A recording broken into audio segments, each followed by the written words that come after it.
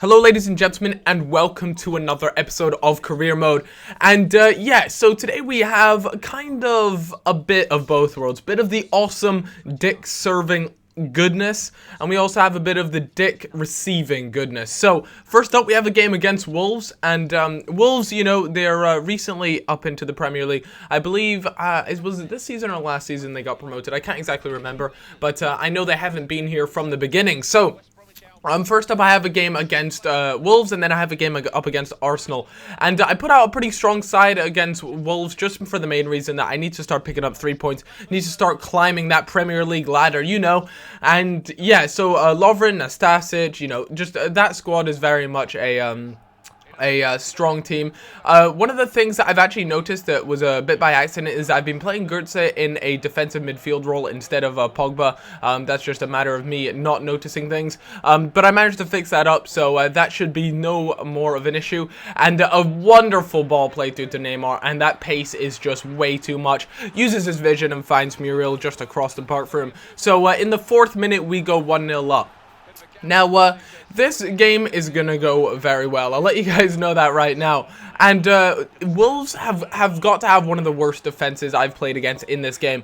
Honestly, I've played teams with that are much lower rated or lower placed than Wolves, and they were much harder to crack than this team was. I mean, you just look at their defense. It was open the entire time. My forwards just had way too much pace on them. A wonderfully whipped in ball, and Muriel picks up a second in the 8th minute. So, you know, 2 goals in 8 minutes, that is pretty impressive. But, you know, it was the 15th minute in, and we weren't stopping there. The team was feeling really good, and I said it in a previous commentary that against the, you know, the non-top 6 teams, my team feels so responsive and just really good in general. And then when I play against top 6 teams, it's all just a little bit, I feel static. The team doesn't seem to want to move around as much, and it just seems a little bit strange. But, a hat-trick for your man Muriel in 18 minutes. So that's an 18-minute hat-trick. I'm not entirely sure what the world record is for the quickest hat-trick. If anyone knows, I'd be I would really like to know. For some reason, I have a feeling it's Gomez who did something, but I'm not entirely sure. Neymar there in the 26th minute, 4-0 up, and we were cruising. The keeper there was just completely out of it. He literally ran away from his goal. It was the strangest thing ever.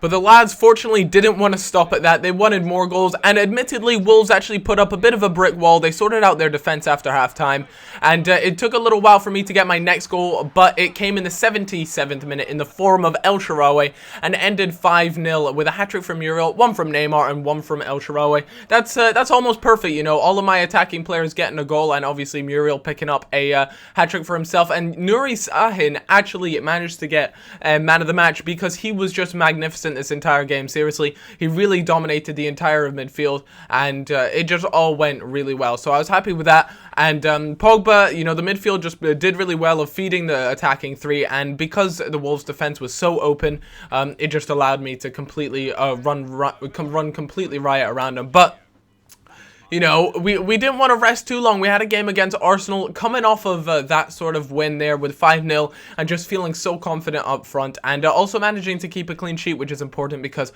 my defense is a little bit shaky. So a clean sheet is also fantastic.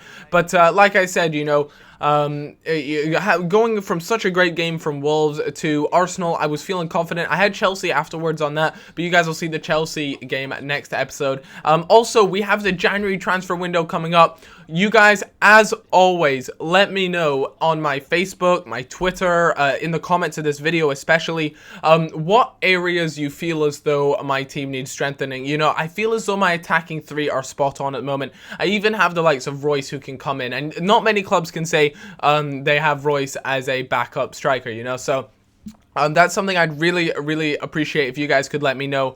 Any sort of the positions mainly, but not only positions, but if you guys could give me a recommendation for a player to fill that position. Now remember, I believe I'm in 2015 at the moment, or no, 2016 now, because obviously it just went January. So 2016, so keep that in mind when you're recommending players. Don't recommend, you know, players that are 27 when you start in 2012, you know, because by now they'll be close to retiring or way past their prime anyways. So try and keep that in mind. Some of the younger players, one of the players I was actually looking at was Jordi Alba, and although you guys might be like, how, you know, your left back position is actually okay. You know, they're pretty solid. For me, you know, they're good, but I feel as though I can do better. And Jordi Alba is just such a quality left back that I just, you know, I was just very tempted by that. And so I decided to put in a can hardly speak, got so much to say. And for a straight swap with Mbaye, just to see what would happen, because I'm not going to lie, I would prefer Jordi Alba. But don't get me wrong, Mbaye is doing a good job, but I can always look for these small improvements. And that's why I'm looking for you guys to help me out. Where do you think I should improve the QPR squad?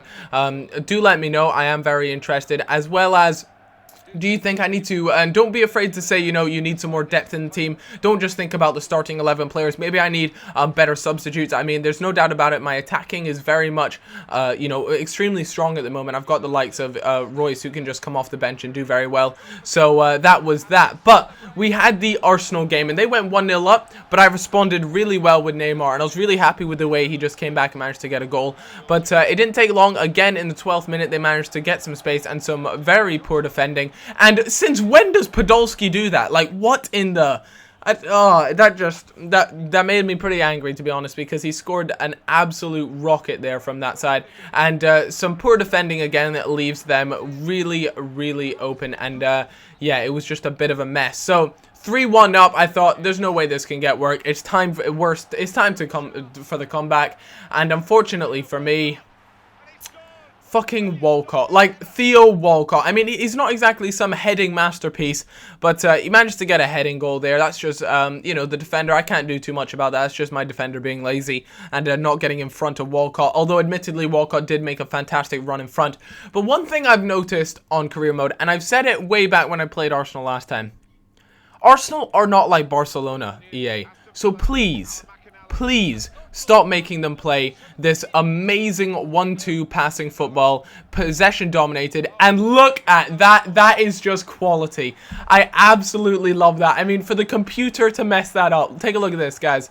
So Mbita passes back, pretty standard, and like, how does that work? What sort of glitch is that?